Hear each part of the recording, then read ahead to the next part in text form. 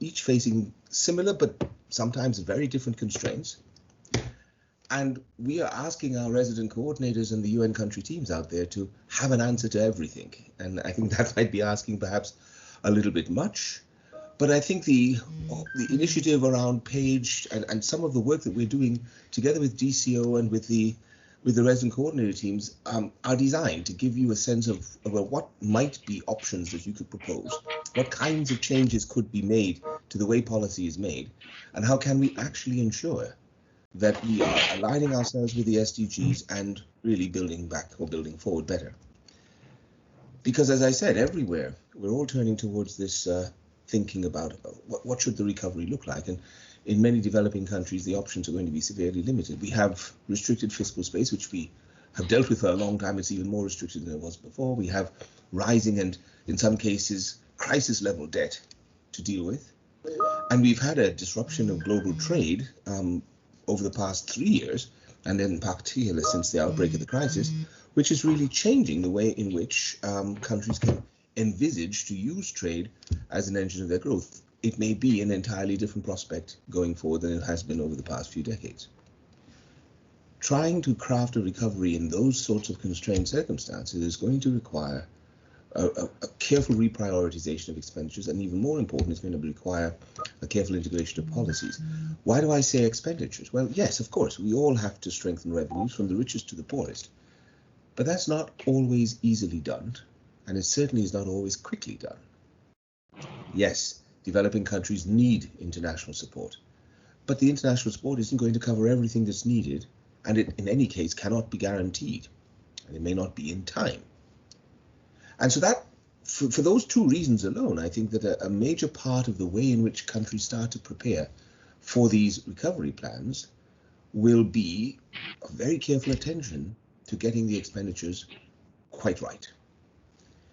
Now, all of this kind of reflection is going to be happening in a very challenging context.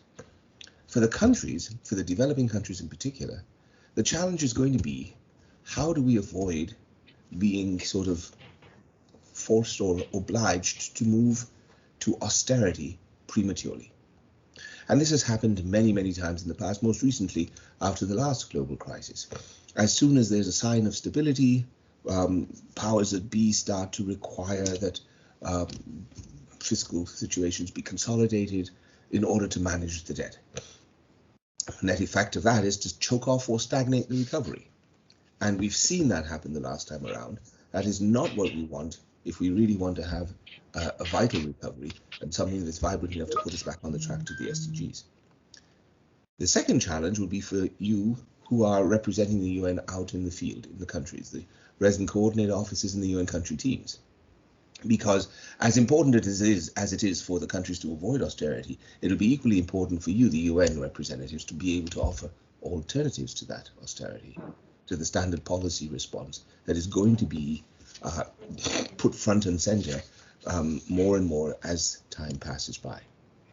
And I think that to do this, there are two things that have to happen. One, we have to make the economic case for the SDGs. We have to show that it makes economic sense to pursue the investments, to pursue the expenditures that are clearly linked and aligned with the SDGs. And that as these expenditures take place, these investments take place, we create the foundation for the kind of robust growth, and that growth has to be of a certain quality, that can enable the countries then to consolidate their fiscal circumstances in a more graduated and managed manner, and to set the stage then for the kind of inclusive and low carbon and resilient growth that we're going to need in order for the SDGs to occur. And that means that the economic arguments have to focus on the sustainable investments that are needed. They have to focus on the low carbon and the climate action policies that will have to be part of the recovery policy framework. They will have to focus on protecting biodiversity and showing that this is not a cost to the economy, but it is an investment in the future of the economy. But we also have to make the case for inclusive growth that helps to combat inequality from the outset, for social protection that helps to build up the resilience. And in many respects, what we're going to be arguing for is that some of the changes that were made during the emergency response period we want to try to make them permanent changes, because those were the right things to do at the time, and they're the right things to continue doing into the future. The second element of the response to this challenge is that we have to drive in each of the countries a discussion around what has to be done to get the private sector, both the domestic and the foreign private sector, involved in the recovery effort, but on the right terms. And I'll come back to that in a moment. So in this context, I would say, and I'm not going to be very long in these opening remarks because I really want to hear what you have to say, what your experience has been. I would want to make 3 points. The first is that we have to strengthen SDG alignment. SDG alignment has been poor, and not just in developing countries.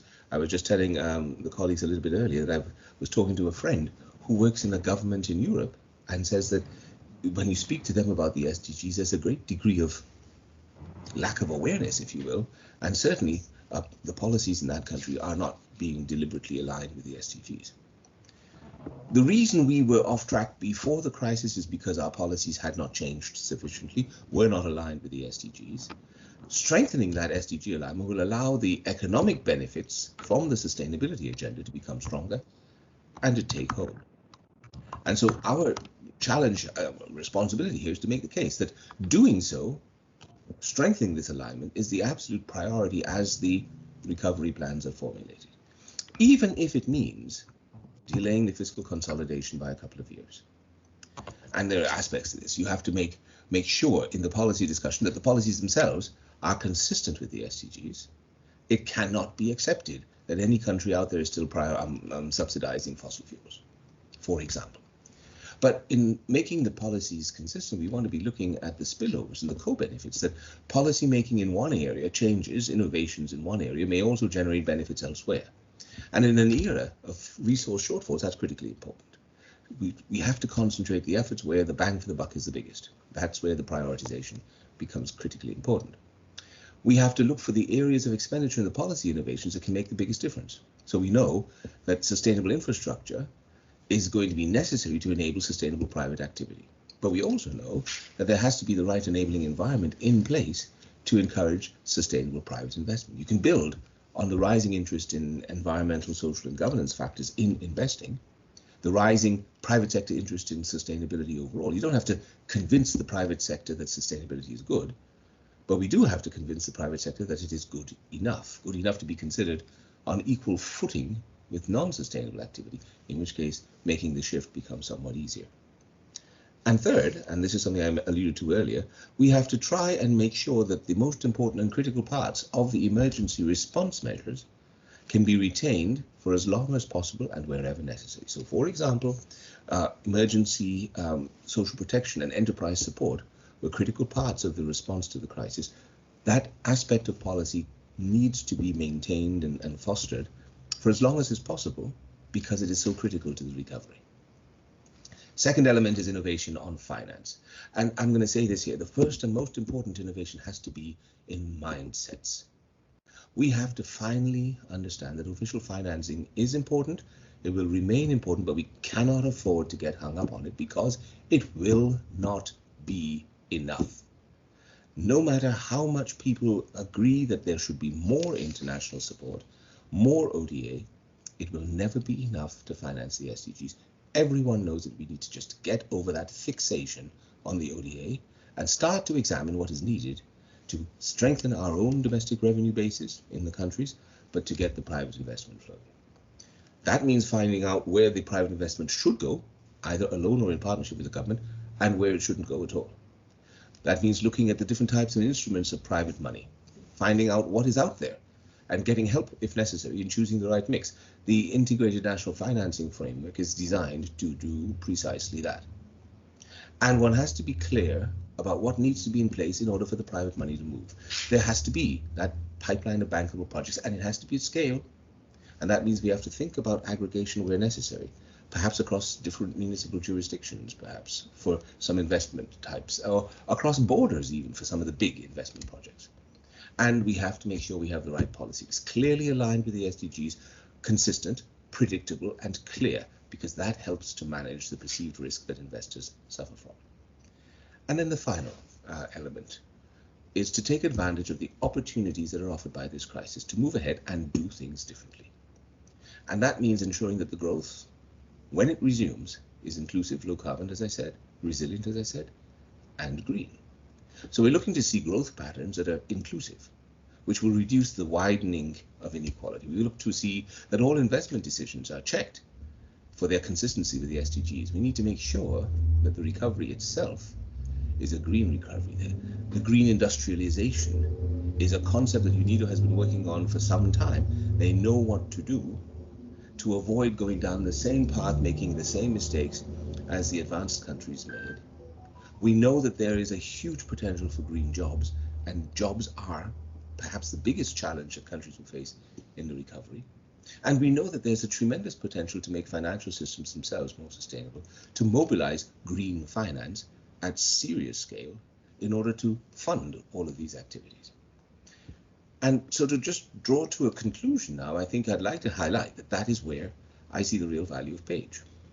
Because PAGE, for quite some time now, 7 years they've said, has been gathering experiences from different countries in different contexts, at different scales, at different levels of development, to develop a sense of what works, how it can be done, concrete policy suggestions based on deep and thoroughly prepared country-specific analysis to foster and promote and enable a green recovery. And so you can draw from the experiences that other countries have had within the PAGE program.